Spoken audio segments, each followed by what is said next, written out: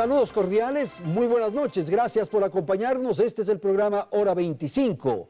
La corrupción le habría costado al país 70.000 millones de dólares, según reveló el presidente de la República, Guillermo Lasso. Esta es una de las lacras más lamentables que tiene el Ecuador del momento. Hay problemas sin duda que tienen que ver con los valores éticos, con los valores morales, con la conducta, pero también la legislación, la débil institucionalidad, la impunidad, la descomposición judicial y los patrones expresados desde el poder conducen a estas malas prácticas. Ahora el gobierno nacional ha firmado un acuerdo con las Naciones Unidas para llevar adelante un plan que tiene como afán combatir la corrupción en el país. La recuperación de los dineros mal habidos es otra de las urgencias nacionales.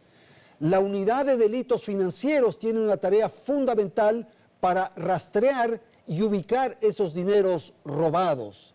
La Fiscalía es la principal actora en la lucha para combatir este mal. Hay también la Contraloría, que enfrenta ahora, como todos sabemos, una grave crisis. Es la entidad principal para escudriñar el mal manejo de los fondos públicos. Los sectores privados que se benefician de estos delitos y que corrompen a los funcionarios públicos para lograr esos beneficios, juega sin duda un rol en esto que vamos a hablar esta noche, la corrupción en el Ecuador. Quiero agradecer la participación aquí en el estudio central de Teleamazonas de Marcelo Espinel. Él es integrante de la Fundación Ciudadanía y Desarrollo. También nos acompaña Juan Carlos Calderón. Él es director de la revista digital Plan B. Y agradezco a Verónica Miranda. Ella es integrante de la Comisión Nacional Anticorrupción. En Guayaquil nos acompaña David Norero, máster en políticas anticorrupción. Gracias a nuestros panelistas, a la audiencia. Aquí empezamos. Belén, buenas noches. Hola Andrés, amigos en casa, muy buenas noches. La corrupción es una pandemia que parece no tener fin en el país. El pasado lunes el presidente Guillermo Lasso dio un nuevo paso en la lucha contra este flagelo que tanto afecta al mundo y aún más a países con pocos recursos como el nuestro. El primer mandatario fue testigo de honor en la firma de un memorándum de entendimiento con la Organización de Naciones Unidas para establecer un programa anticorrupción. Allí señaló que la corrupción le ha costado al país en los últimos 14 años 70.000 millones de dólares, con los cuales dijo se hubiera podido pagar el 100% de la deuda pública del Ecuador. Veamos cómo se desarrolló ese evento y cuáles fueron sus principales declaraciones.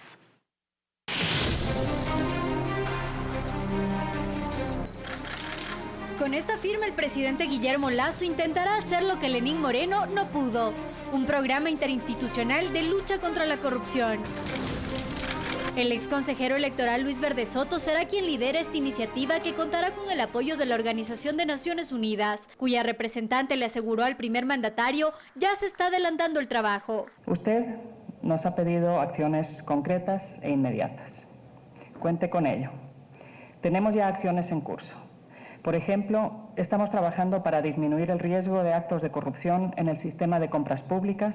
De su lado, el presidente manifestó que aunque el país tiene una buena fiscal y un buen presidente de la Corte Nacional de Justicia, la ciudadanía en las calles considera que se actúa con demasiada lentitud para castigar la corrupción y que eso debe cambiar. Yo sigo esperando que la señora fiscal actúe con la rudeza que se necesita. Hay muchos casos que todavía el Ecuador los tiene que conocer y tienen que ser sancionados por la Corte Nacional de Justicia y tienen que estar en la cárcel los corruptos. No pueden estar disfrutando de dinero mal habido en el exterior. Pero aseguró que eso no es suficiente, pues el trabajo únicamente estará completo cuando se recuperen los dineros de la corrupción. La asistencia de la ONU tiene que ver con la detección de casos, investigación y recuperación de esos activos, que es un clamor nacional.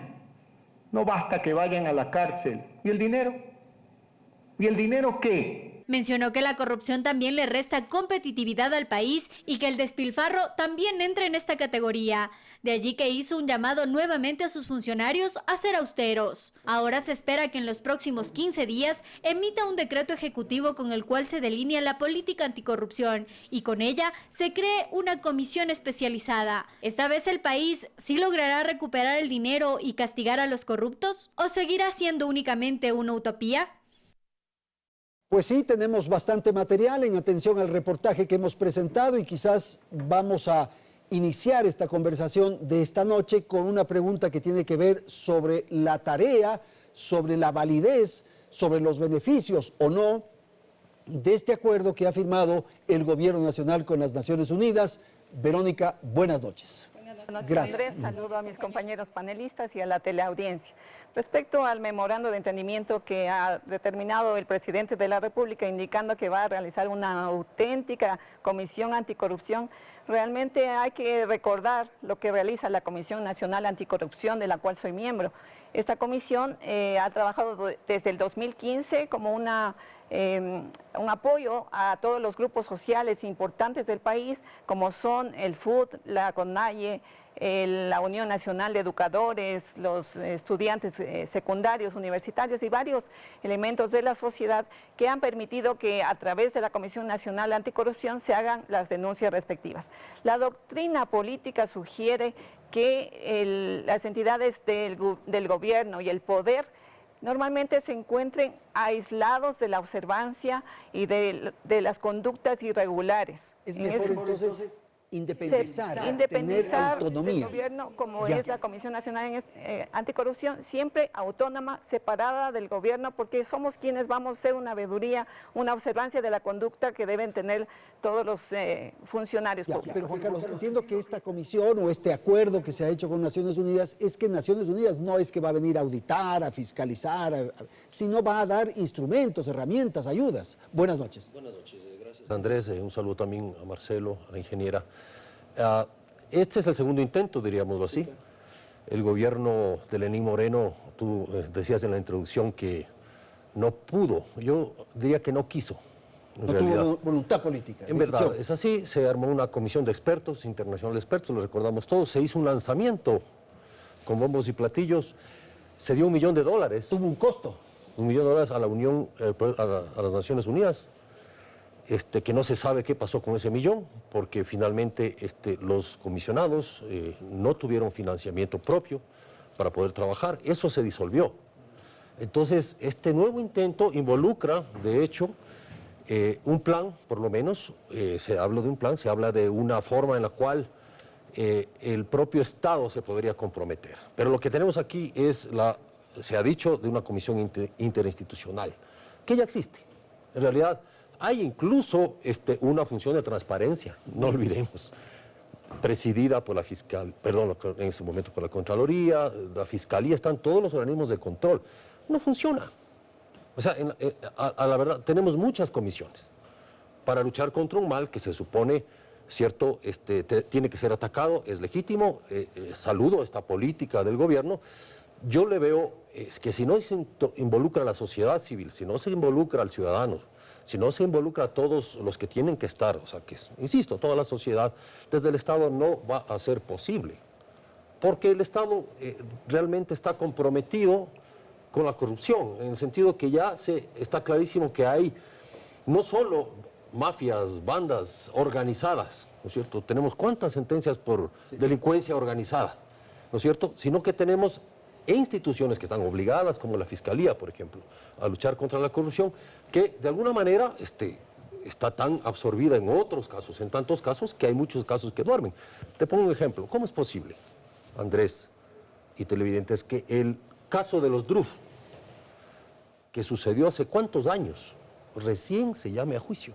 O sea, se haga un pedido para una actuación de la Fiscalía. ¿Cuántos años han pasado? ¿No es cierto? Es una contratación que se dio hace más de una década. Entonces, y luego los problemas que se dieron, y recién estamos viendo que hay una acción de esta naturaleza. Entonces me parece que hay pero en ese caso, por ejemplo, como consuelo de alguna, por lo menos se está investigando y se va a iniciar un proceso judicial.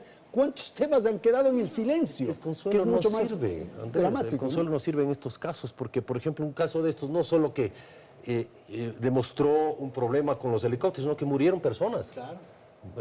Empezando por el general Gabela, ¿no es cierto? Pero murieron por la caída de helicópteros. Okay. Quedaron heridos. David Norero, en Guayaquil, su apreciación sobre el acuerdo, el memorándum, el convenio entre Naciones Unidas y el gobierno de Ecuador. Buenas noches. Andrés, buenas noches y buenas noches también a todos los panelistas, a los televidentes también. Es importante rescatar la iniciativa de luchar contra la corrupción. Eso es algo bien visto absolutamente para todos. Ahora, el cómo hacerlo es importante. Una comisión internacional contra la corrupción que venga al país a hablar, a decir que efectivamente tiene que tener políticas preventivas, cómo mejorar la ley de contratación pública y a su vez cómo se pueden perseguir los delitos, va a ser posible solo si esto es coordinado. Y es coordinado con las entidades que la Constitución le ha dado esta potestad. Es decir, existe un Consejo de Participación Ciudadana que tiene constitucionalmente la facultad de investigar actos de corrupción y a su vez ser parte procesal. Tienes un organismo como la Fiscalía General del Estado, que el artículo 195 de la Constitución privativamente le da la potestad de investigar los delitos. A su vez tienes la Contraloría General del Estado, que es un organismo efectivamente que puede revisar las cuentas patrimoniales. Es muy importante lo que dice el artículo 231 de la Constitución sobre la declaración patrimonial. Es decir, esto debe quedar registrado y persona que no haya presentado la declaración, se entiende que y se presume que ha cometido enriquecimiento ilícito. Hoy en día el presidente lo que debería de hacer es coordinar con la Fiscal General del Estado, coordinar con el Contralor encargado, tener realmente toda una hoja de ruta de qué es lo que van a hacer, porque los 70.000 millones de los que se habla deben de estar fraccionados en cuenta y realmente el presidente de la República tiene al Servicio de Rentas Internas y tiene a la Unidad de Análisis Financiero y a la Policía Judicial en los que puede armonizar para una verdadera lucha contra la corrupción. Es decir, con la unidad de análisis financiero el presidente puede saber una trazabilidad. Sepa usted, Andrés, que efectivamente hay compañías que se encargan de esto y lo importante es tener un diálogo con las compañías que hagan recuperación de capitales. En Perú se hizo una investigación a través de la compañía Veritas, que es de Billy Barlin de Estados Unidos, y efectivamente se hizo una investigación sobre el patrimonio de Montesinos, de Fujimori, se pudieron detectar y poder obviamente tener esos dineros. Ahora, nosotros como ecuatorianos tenemos que entender también que si una comisión no cumple las expectativas, por ejemplo, de la Asamblea en aquellas políticas que quiere implementar o aquellas leyes que quiera introducir, el órgano competente para introducir esas leyes es la Asamblea Nacional. Entonces, es importante lo que está haciendo el presidente, pero si no se respeta la Constitución y las leyes, vamos a tener problemas. Ok, gracias, David. Por favor, Marcelo, su apreciación. Quizás incorporar dos elementos que se han considerado aquí. Uno es los 70.000 millones. ¿Esa cifra es válida o qué? Andrés, buenas noches. Buenas noches, sí. Los compañeros panelistas, buenas noches. Ecuatorianos y ecuatorianas, buenas noches. Bueno, en primer lugar, empecemos hablando de esta comisión interinstitucional. Yo creo que hay que recordar que eso no es lo que ofreció el presidente Lasso en campaña. El presidente Lasso en campaña anunció que íbamos a tener una comisión internacional anticorrupción con el apoyo de ONU y OEA. Y eso es algo que no está sucediendo, no es lo que anunció. Un comité interinstitucional, al menos a mí, me deja dudas al respecto de cuál va a ser la independencia que tendrá. Ojalá que este comité no se convierta en una instancia que sirva para perseguir a unos y proteger a otros. Ahora, la otra opción, esta que usted señala en el sentido de que podría ser las Naciones Unidas y la OEA, la que investigue la corrupción en el Ecuador, no me parece que es válido. Yo no creo que es las Naciones Unidas y la OEA la que tiene que investigar. Lo que anunció el presidente Lasso en campaña es que esta comisión internacional iba a tener el apoyo de estas dos instancias, más no que se iban a encargar de los aspectos operativos. Ahora, en ese sentido, para respetar la soberanía nacional. Pero como bien comentaba Juan Carlos, ya existen comités interinstitucionales. Entonces también estas dudas se generan porque el memorándum de entendimiento firmado entre el presidente de la República, la función ejecutiva y las Naciones Unidas no ha sido de pleno acceso para la ciudadanía. Nosotros hemos podido acceder a un resumen y también se anunció lo siguiente, Andrés, que durante los siguientes 15 días se iba a crear una política anticorrupción. ¿Cómo se está creando esta política? ¿Se le está creando dentro de 4 paredes? Un consejo de sabios, unas mentes iluminadas están diciéndonos qué es lo que tenemos que hacer para luchar contra este mal. ¿Por qué no hacemos lo que acertadamente decía el compañero panelista? Involucrar a todos los sectores, a los niveles de gobierno, academia, ciudadanía, y de esa manera generar un ecosistema de prevención, detección y sanción de la corrupción. Pero hay algo que hacer, pues. Sin duda que sí, el esfuerzo es ya loable. a decir que esto no vale. Por Sí, supuesto está que bien. sí, el esfuerzo es loable, pero también, como comentaba el panelista Norero, hay que recordar que ya existe una estructura institucional en el Estado y esto tiene que ser un llamado de atención al gobierno en el sentido de que organizaciones como la Comisión Nacional Anticorrupción, Fundación Ciudadanía y Desarrollo o los medios de comunicación vamos a estar vigilantes al trabajo de cualquier esfuerzo que se realice en las instancias públicas. 70.000 millones de dólares en corrupción. Bueno, yo creo que hemos escuchado esta cifra una gran cantidad de ocasiones y el punto es que hasta el día de hoy los ecuatorianos no sabemos si es que la metodología utilizada para determinar que ese valor es real es algo que termina siendo Es una cifra del algo Banco opaco. Mundial, me parece, ¿no? No, es una cifra que otorga el BID de acuerdo a un método de cálculo que tiene, pero es una aproximación. Y lo hace basado en los promedios que existen en cada uno de los países al respecto de los excedentes que pueden existir en procesos de contratación pública y en despilfarro. Sin embargo, no creo yo que sea responsable decir de manera tal vez no comprobada, no cierta, que esa es la cifra que se pudo haber perdido o que se pudo haber tomado de los bolsillos de los ecuatorianos, porque quién sabe, Andrés, la cifra sea mayor, la cifra sea menor. Lo que queremos los ecuatorianos es dejar de escuchar de cifras y esperar realmente la recuperación de lo robado. Recuperación de lo robado. ¿Se puede hacer eso? Claro, esto es uno de los trabajos que debe realizar las instituciones. En este caso, este memorando que pretende realizar el presidente tendría su propia presidencia, ¿no? El presidente de la República sería el presidente de tal comisión y el secretario de la Administración Pública el secretario de la comisión, lo cual genera indicios de falta de neutralidad, no necesariamente del presidente, sino de personas que podrían, por quedar bien con el poder, quisieran levantar la alfombra y esconder la basura que se ha generado no solamente, especialmente en los regímenes anteriores y que podría suceder en la administración actual. Entonces, Sí, perdón, sí, Andrés, sí. para concretar esto, este acuerdo no siempre es valorado el que se generen varias iniciativas de diferente índole. Yo creo que el acuerdo con las Naciones Unidas lo que podría ser positivo es que se pueda lograr una recomendaciones, asesorías sobre investigaciones precisamente para la recuperación de los valores que se han perdido, que se han robado durante tantos años. Esa asesoría también se puede realizar mediante la educación formal e informal, porque las Naciones Unidas no tiene incidencia directa por ejemplo, en las denuncias que puede hacer en la Contraloría. No puede realizar mediante Constitución, lo han realizado en Guatemala, en la Unión Europea, en algunos países asiáticos, pero aquí no es permitido a través de la Constitución que se realicen denuncias directas. Claro, Eso le compete directamente a la Contraloría, a la Fiscalía, y en este caso nosotros como instituciones de la sociedad pública estaremos vigilantes. Rápidamente, Marcelo, en Guatemala hubo una experiencia similar, parecida, ¿dio resultados? Precisamente la CICIG, y fue una comisión que se integró en un inicio otorgándole amplia independencia. Desafortunadamente el proceso se le salió de las manos, se comenzó a realizar una persecución que le conocemos acá como cacería de brujas y terminó afectando en este caso el diseño institucional. Por eso yo creo que es importante que si se realizan estos esfuerzos que son loables, se lo haga de forma responsable y ojo, respetando el Estado de Derecho. Ok, vamos a ir al corte comercial, retornamos un instante, le doy la palabra a Juan Carlos Calderón en el instante que retornemos de la publicidad.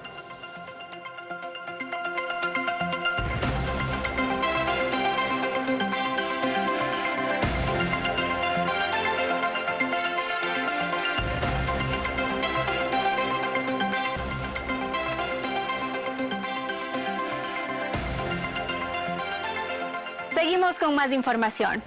Ecuador ha obtenido una puntuación de 39 sobre 100 en el índice de percepción de la corrupción elaborado por Transparencia Internacional y se ubica en el puesto 92 de 180 países evaluados. Esta es la mejor calificación que ha alcanzado el país desde 2012. No obstante, sigue estando por debajo del promedio mundial y de América Latina. Según el estudio realizado por Transparencia Internacional, aún falta trabajar en al menos 4 ejes. El primero, fortalecer las instituciones de supervisión para asegurar que los recursos lleguen a quienes más lo necesitan. Garantizar la contratación pública abierta y transparente e identificar conflictos de intereses. Defender la democracia y promover el espacio cívico. Y finalmente, garantizar el derecho a la información. Y aunque las cifras demuestran avances en los primeros meses de pandemia, por ejemplo, se develaron los más repulsivos casos de corrupción, de los cuales aún se está esperando se juzgue a los responsables. Y ese es justamente uno de los temas de los que habló el primer mandatario, de que la justicia llegue y llegue a tiempo. Vamos contigo, Andrés. Bien, gracias Belén, y voy a dar la palabra, como habríamos comprometido, con Juan Carlos Calderón. Para retomar un poco lo que quedó del segmento anterior, la dispersión, la multiplicidad de organismos, de entidades, en fin, que están alrededor de la corrupción, lo que permite justamente es que haya gente que esté medrando de ese desorden, de ese caos. De hecho, hay un desorden, y yo insisto en la figura de la legalidad criminal, porque me parece que lo que tenemos aquí es una normativa que se hace como un traje desastre, ¿no es cierto?, para beneficiar a ciertos grupos, ciertos sectores, ciertos contratos, y además beneficiar lo que se llama la impunidad. Impunidad, gracias. ¿Por qué? Y se muestra ahora en los casos recientes. ¿Quién controla la Contraloría? No sabemos. Y después vamos viendo lo que ha sido denunciado. Pero más que eso, teníamos un contralor que siguió dando órdenes en la cárcel. Tenemos un alcalde de Quito, acusado con graves evidencias, ¿no es cierto?, de, no solo él, su hijo, su familia, acusados de una red. Eso es gravísimo. Y sigue ahí aferrándose ¿no es cierto?, con diversos recursos, usando muchos recursos normativos que le permiten mantenerse en el cargo y evadir sus responsabilidades, con tiempos, con todo eso. Entonces, tú dices, esta gente, estos grupos, o estos funcionarios y dignatarios, ¿no es cierto?, que en algún momento caen en estos procesos de corrupción, tienen todas las de ganar. Al final del día en el Ecuador tienen todas las de ganar. Si no hay de por medio, por ejemplo, una voluntad política, ¿no es cierto?, que haga, como al inicio del gobierno de Moreno, una clara búsqueda, ¿no es cierto?, de lo que pasó en el gobierno anterior, el gobierno de Correa. Sí, había una voluntad política ahí. Y claro, todo el mundo le puso la mira a eso.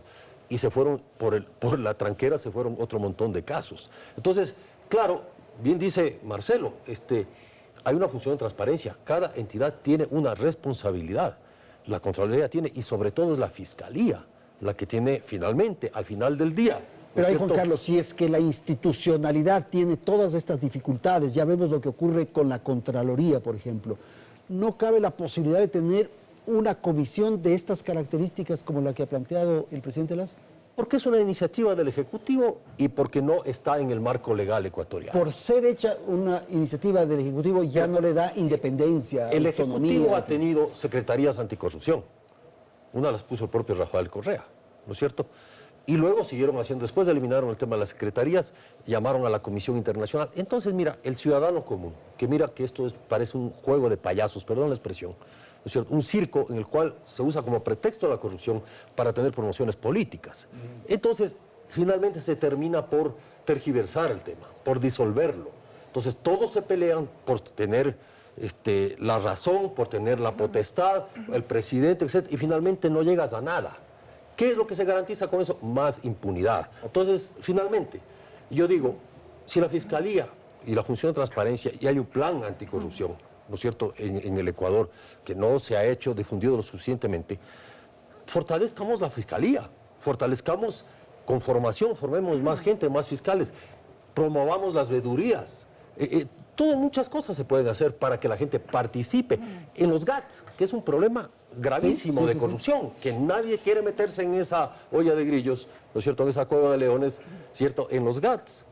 Las alcaldías, digamos, para hablar como en cristiano, como hablábamos antes, en las alcaldías y prefecturas, ¿no es cierto?, ahí hay, o sea, todo un camino de luchar contra la corrupción y donde se debe capacitar, donde se debe mostrar. La propia ciudadanía tiene que tener la idea, primero, de saber qué es corrupción, pues.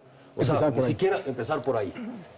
David, me parece que esta, o por lo menos hay quienes señalan que esta es una batalla perdida en el orden internacional y, por cierto, también local, porque existen tales cantidades de dinero que se han robado que se convierte en una especie de narcotráfico, digamos, en lo que corresponde al manejo de recursos. Se habla de 2.6 billones de dólares que se han perdido por la corrupción. Entonces, ¿es una batalla perdida o no? Le planteo eso para continuar con el diálogo.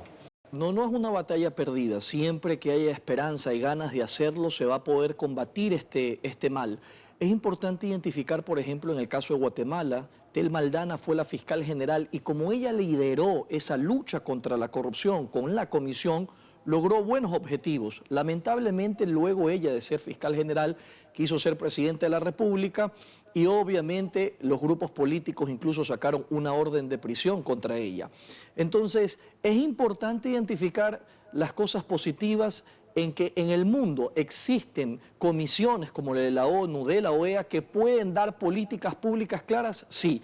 En el caso del Ecuador, el presidente que tiene a su favor el Servicio de Rentas Internas, la Unidad de Análisis Financiero, como lo dije, puede hacer las investigaciones, pero hoy juega un rol protagónico el Contralor, porque tiene que hacer aquella verificación del patrimonio de las personas. Pero el presidente también tiene a su vez la potestad como colegislador de presentar una ley de gobierno abiertos. Hoy en día los gobiernos abiertos son los más importantes porque representan la democracia en un país.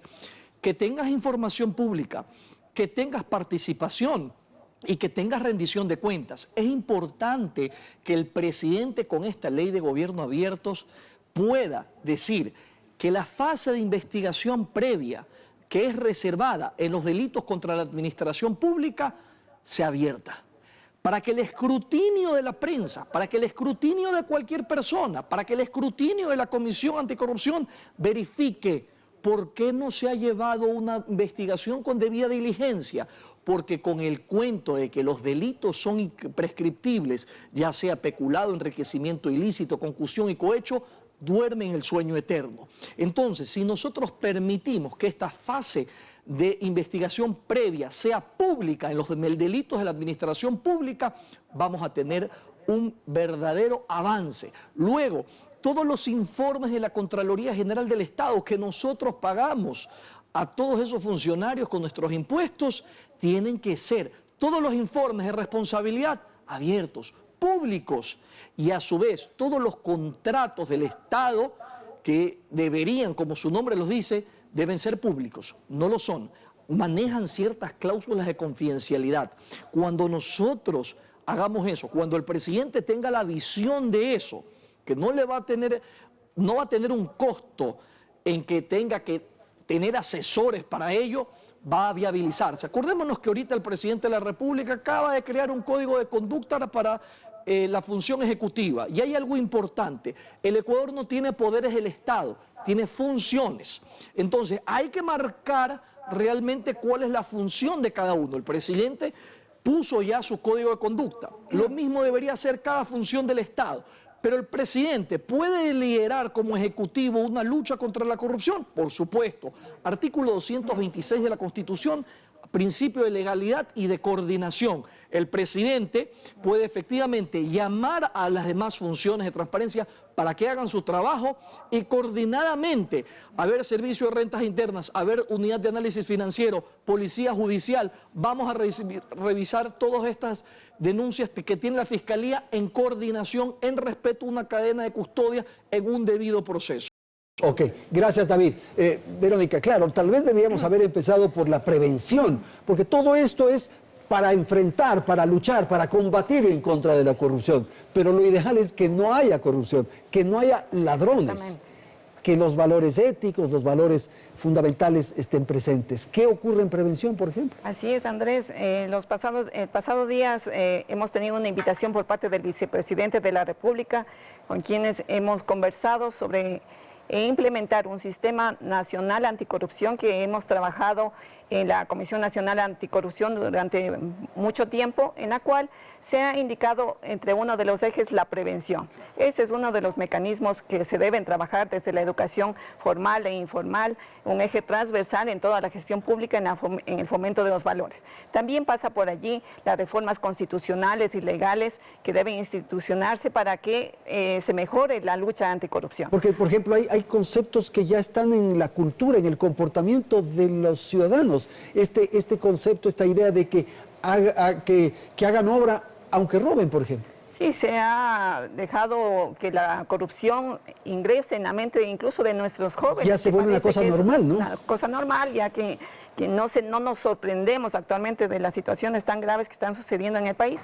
Este sistema, Andrés, nacional anticorrupción, lo hemos puesto en manos del vicepresidente, todo el documento que pueda ser de un sustento inicial para que se implementen estas iniciativas, que como digo, pasa por reformas constitucionales y legales, educación formal e informal, las reformas también en los mecanismos, en los órganos subnacionales, también una asesoría y una administración de justicia adecuada. Se debe dar recursos adicionales a la Fiscalía y a la Contraloría para que tengamos mayores jueces en la lucha anticorrupción, porque esa es otra de las limitaciones que tenemos para que se puedan implementar realmente las denuncias que se han presentado y que tengamos los resultados que corresponden. Perfecto. Gracias, Verónica.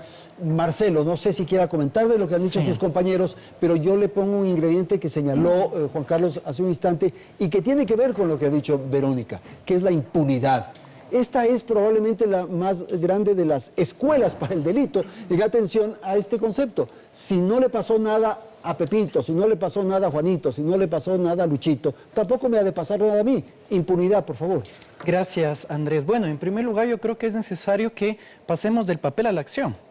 David hablaba sobre este código de conducta aplicable al Ejecutivo. Yo le pregunto a los panelistas, han pasado 100 días desde ese código de conducta y podemos nosotros conocer las agendas abiertas o las declaraciones de intereses de los funcionarios del Ejecutivo. Yo no he visto esa información publicada y eso se estableció como obligación en este código de conducta. Entonces, estamos haciendo anuncios de lucha contra la corrupción que se quedan en el papel, que se queda en el mero ofrecimiento y no se está cumpliendo. Hablaba David correctamente sobre la importancia de los gobiernos abiertos. Esto es algo que se ha venido impulsando desde hace muchos años atrás. ¿Cuál es el concepto de gobierno abierto? El gobierno abierto es implementar 3 principios dentro de la gestión pública: transparencia, participación ciudadana y rendición de cuentas. Y que estos 3 ejes sean rectores en todas las decisiones que tome el Estado. Pero ya existe una ley sobre eso, David. Se reformó la Ley Orgánica de la Función Legislativa obligándola a la Asamblea Nacional a implementar Parlamento Abierto. Hasta el día de hoy eso no se ha cumplido. Se reformó el Código Orgánico de la Función Judicial para implementar justicia abierta. Hasta el día de hoy eso no se ha cumplido. Aquí hay algo positivo, pero ojo, no es un éxito de este gobierno y hay que decir las cosas como son. Y con las falencias del gobierno anterior, en el año 2018 Ecuador ingresó a la Alianza por el Gobierno Abierto y co-creó un primer plan de acción de gobierno abierto.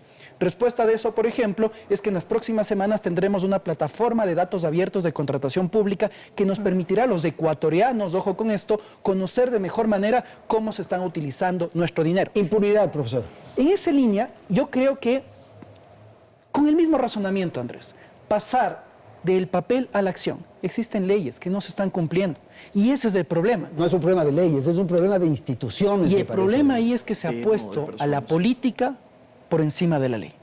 Cuando nosotros nos queremos convertir en laboratorios de la democracia, vamos a salir de esto, y ese Marcelo, punto quiero ir a porque Andrés. quienes hacen las leyes son los políticos, Pero también, quienes gobiernan son los políticos, entonces... Pero también recordemos cuál es nuestro rol como ciudadanos. Cuando nosotros somos felices cada 10 años en que nos convertimos en laboratorios de la democracia, en el que aceptamos asambleas constituyentes, consejos transitorios, en el que quitan a los amigos de los unos para poner a los amigos de los otros y todos estamos contentos. Pero también y eso promueve la impunidad. No hay un Estado de Derecho que se respete. Pero también hay coimas, hay cohecho, estas cosas que ocurren subterráneamente, pero que no Andrés, se producen solamente en el ámbito público, sino también en el ámbito privado. Yo creo que ahí tenemos que volver al concepto, lo que ustedes bien decían de definir qué es la corrupción.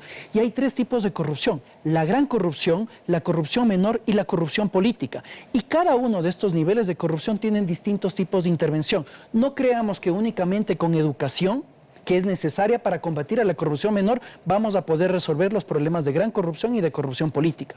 Entonces, las estrategias de anticorrupción tienen que ser enfocadas de acuerdo al tipo de mal que estamos atacando, a estos subsistemas de anticorrupción, para que así tengamos una lucha responsable. Por favor.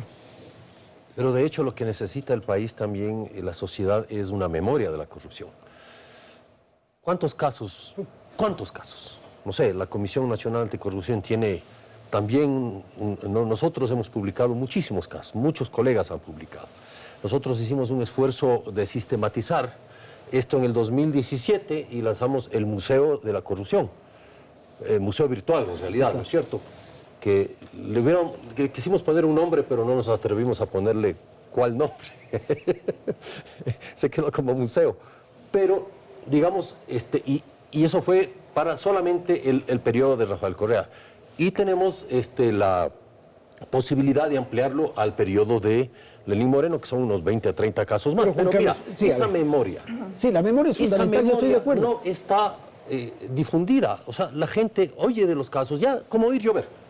Pero no es conmigo, este es un problema de ellos, de ellos, que tienen acceso al poder, que tienen acceso a los recursos y tal. No es mi problema. El problema también ocurre en la tienda, Juan Carlos, en donde el tendero, en vez de vender la libra completa, vende menos, o que no da el vuelto adecuado. O la persona, que también al tendero se le va robando el pan. Pero esa es una justificación de los No es justificación. Lo que tenemos que hay que atacar esas cosas. Es la justificación de los grandes ladrones. Porque por perseguir al tendero, entonces dejamos pasar los 1.500 millones de la refinería del Pacífico. No puede ser. ¿No es cierto? Entonces, la gente dice, bueno, se roba en lo grande como también se roba en lo chico. Pero el problema es que tú eres entidad pública, eres administrador de los fondos de todos. O sea, lo público es de todos. Claro, la idea de que ese dinero no es mío. Aquí se tiene la concepción de que el público es de nadie. Es verdad. Y el público es de todos. ¿No es cierto? Y las clases, los sectores políticos no han dejado, lo seguimos viendo, no han dejado de saber y entender que el Estado es un botín. El Estado chico, las alcaldías, tú llegas a un cargo, sí, es un botín, como sea, hasta para cobrar los diezmos de lo chiquito a lo grande. O sea, son hasta peseteros, ¿no es cierto? Entonces, pero es un botín. Ese concepto, ¿no es cierto?, del político que usufructúa, que llega a robar, que llega a abusar del poder. O sea, que quiere ganar las elecciones para robar. Un viejo político me decía, un poco cínicamente, pero en broma, me decía, político que no abusa pierde prestigio. Entonces... Habrá que señalar que no son todos. No son todos, obviamente, pero esa es la norma. Y lo que vamos viendo ahí es, efectivamente, que seguimos poniendo comisiones y sigue habiendo impunidad. Okay. Verónica, y compras públicas, me parece que ese es un rubro también fundamental para este tema de la lucha en contra de la corrupción. Sí, efectivamente es un sector donde se enmaraña mucho la corrupción, precisamente porque ahí están los contratos, los grandes contratos. Hemos hablado de la refinería del Pacífico, todo lo que se ha hecho con Odebrecht. Todos esos eventos hay que transparentarlos. En la contratación pública hay que hacer una reforma integral de la ley de contratación pública. Realmente se han hecho muchos parches y que definitivamente esa ley es muy permisiva y hay que cerrar esos espacios de corrupción también con el reglamento que está manejado en el CERCOP.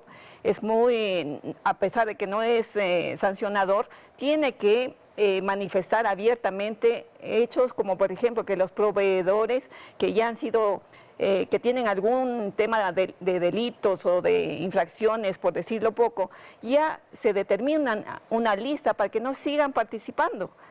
Hasta que llegue la sanción definitiva, con lo lenta que realmente determina siendo la justicia, ellos siguen participando y lográndose nueva corrupción. Entonces yo creo que eso, han hablado de acciones, es necesario las acciones, no solamente dar talleres, seminarios. Nosotros no somos ONGs, no somos fundaciones, no ganamos ni un solo centavo, no recibimos ni del sector público ni del sector privado. Sin embargo, hemos emitido más de 30 denuncias en temas de corrupción. Creo que eso es el mecanismo que debe implementarse. Nosotros seguiremos trabajando como representantes de la ciudadanía para que esto se llegue a liberar este tema de la impunidad.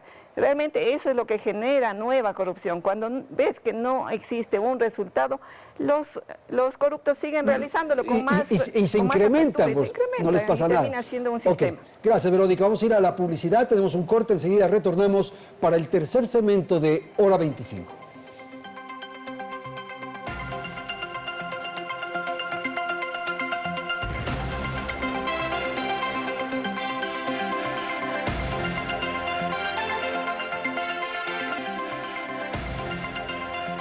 Claro, vamos a destinar estos últimos minutos, este segmento final del programa para proponer, para tener algunas iniciativas, de modo de que podamos concretar un afán nacional, una convocatoria de todo el país para combatir este mal. Empecemos con usted, David, si es tan amable. ¿Cómo hacer esa lucha más allá de lo que se ha dicho en el transcurso de este programa? Adelante, le escuchamos.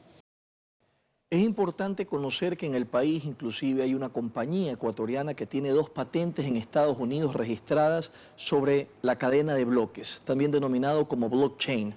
Es importante que se dé esa información, que se pueda prestar al país para que las instituciones públicas, como es el CERCOP, también pueda tener este programa, para que la información no pueda ser cambiada, para que la información sea clara y no sea dirigida la contratación en los pliegos de compras públicas.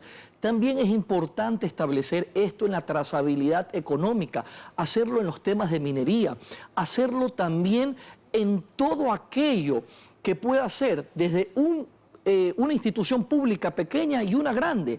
Es importante tener la información también absolutamente abierta para que se puedan hacer veedurías ciudadanas y escrutinio público. El presidente de la República tiene un gran reto, que es el tener personas involucradas en esto. Entonces, si él invita a las personas, que no sea solamente una invitación para que pueda cumplirse una expectativa, sino de tener un rol en que la ciudadanía, con la participación, con la información pública, pueda presentar sus proyectos de veeduría.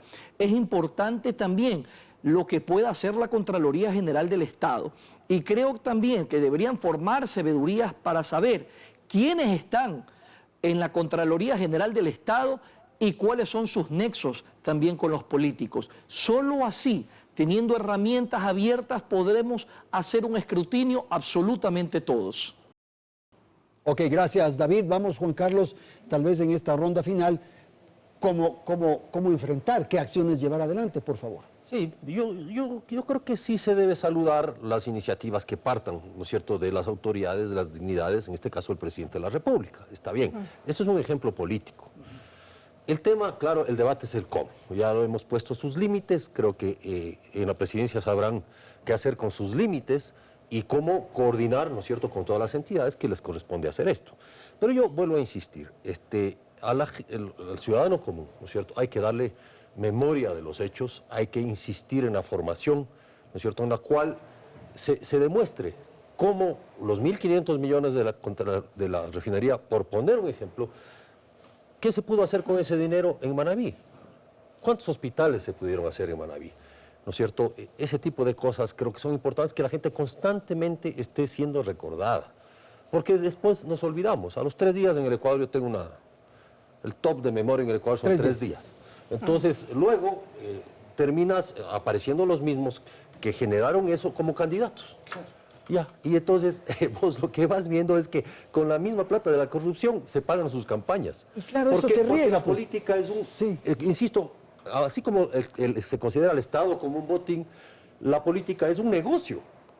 Sí, es un negocio. Entonces, el negocio de la política hace que se generen normas, o sea, que genere una legalidad criminal. Y agrego adicionalmente que no solo es un problema de la corrupción, del sector público, digamos, y el sector privado también vinculado. Es un problema del crimen organizado, del lavado de dinero, ¿no es cierto? De ese dinero que aparece, ¿no es cierto?, en forma de un montón de negocios en pequeños y grandes pueblos del Ecuador. Claro, ¿cierto? porque hay sectores que se están favoreciendo en el sentido de que, se benefician de la corrupción en los niveles más bajos, digamos. Se roba arriba, pero ese dinero se riega. Eso es lamentable, es una especie de democratización de la corrupción. Yo no lo vería así. El Es que es problema así. es que es Tú dinero. mismo señalas lo de la refinería. ¿Alguien se benefició en eso? Claro. Pequeños proveedores, gentes que estuvieron alrededor de eso. se Pero beneficiaron. todas estas personas, que muchas supongo que tendrán encaletada su plata o no sé dónde tendrán, empiezan, ¿no es cierto?, a generar este lavado, ¿sí?, de ese dinero. Que, insisto, es un lavado de corrupción, es un lavado de crimen organizado, pero que actúan conjuntamente, es un lavado de contrabando, etcétera, etcétera. Entonces, es un fenómeno multidimensional. Y la respuesta tiene que ser multidimensional, o sea, en todo sentido. Si el presidente Lasso encabeza una respuesta multidimensional en ese sentido, bienvenido sea. No son con comisiones como vamos a resolver el problema de la corrupción. Es un problema de involucrar como una gran minga, como diría Yacu Pérez, ¿no? Una gran minga nacional sobre este tema y alertar a todo el mundo de que es una decisión política del gobierno. Verónica, acciones para enfrentar. Acciones. Hemos indicado que tenemos este Sistema Nacional Anticorrupción donde engloba todos los mecanismos que podrían implementarse para una verdadera lucha anticorrupción, pasando por la reforma a leyes, pasando por la educación formal e informal, pasando por un apoyo en presupuesto, por ejemplo, a las entidades de control para que haya un verdadero seguimiento de las denuncias presentadas y que no haya esa lentitud en este mecanismo, porque finalmente a quienes se les denuncia son quienes terminan denunciándonos, porque demora tanto la justicia, que eso nos ha sucedido, que los pájaros contra las escopetas, se dice, ¿no? Y realmente eso es lo que pretendemos, que se implemente este sistema. La iniciativa del presidente siempre será importante que todos los sectores, no solamente el Estado, la ciudadanía, el sector privado, el sector público, trabajemos en conjunto para lograr una lucha verdadera anticorrupción que sea sistematizado tanto en nuestro país. Y creo que esto no solamente debe ser una determinación gubernamental, sino estatal. Ok, muchísimas gracias, Verónica. Marcelo, con usted terminamos. Andrés, yo creo que tenemos que recordar a los ecuatorianos qué es esto de la gran corrupción. Y la gran corrupción no es más que no solo meterle la mano a los bolsillos a los ecuatorianos, sino limitar la capacidad del Estado de garantizar nuestros derechos fundamentales.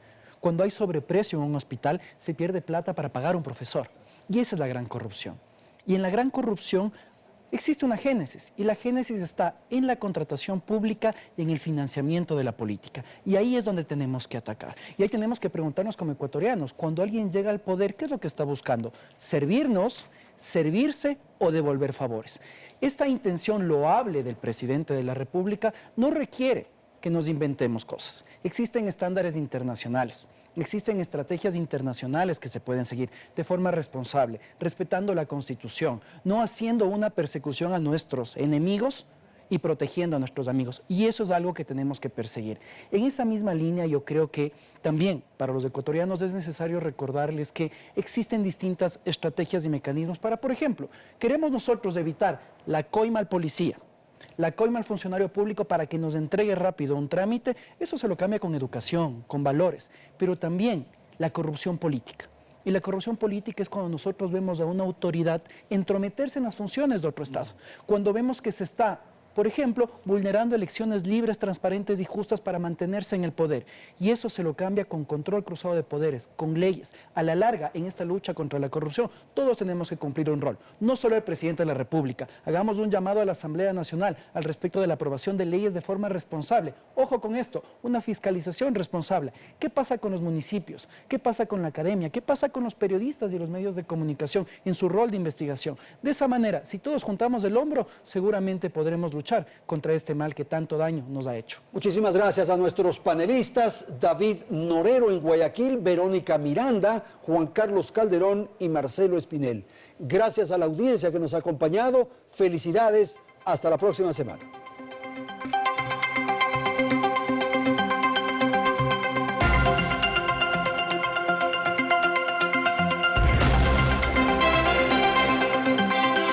Llegó el momento de convertir los desafíos en oportunidades. En .net apoyamos a los líderes de la transformación digital, respaldando la gestión del cambio organizacional con soluciones de telecomunicaciones para empresas. Aseguramos la nueva forma de acceder, almacenar y compartir la información. Servicios inteligentes, habilitadores de la nueva normalidad, garantizando la continuidad y modelo de su negocio. Estamos convencidos que las conexiones y las personas pueden cambiar al mundo.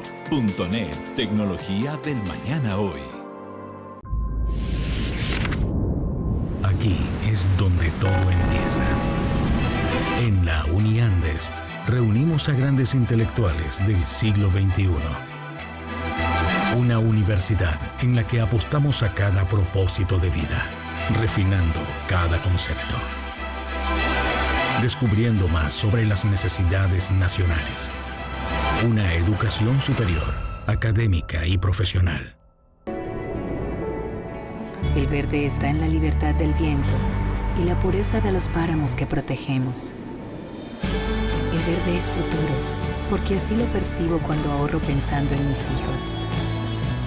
El verde es tecnología, porque así se siente no malgastar papel y hacerlo todo online. En Produbanco tenemos un propósito. Trabajamos en pro de nuestra gente y sabemos cómo hacerlo. Produbanco, en pro de ti.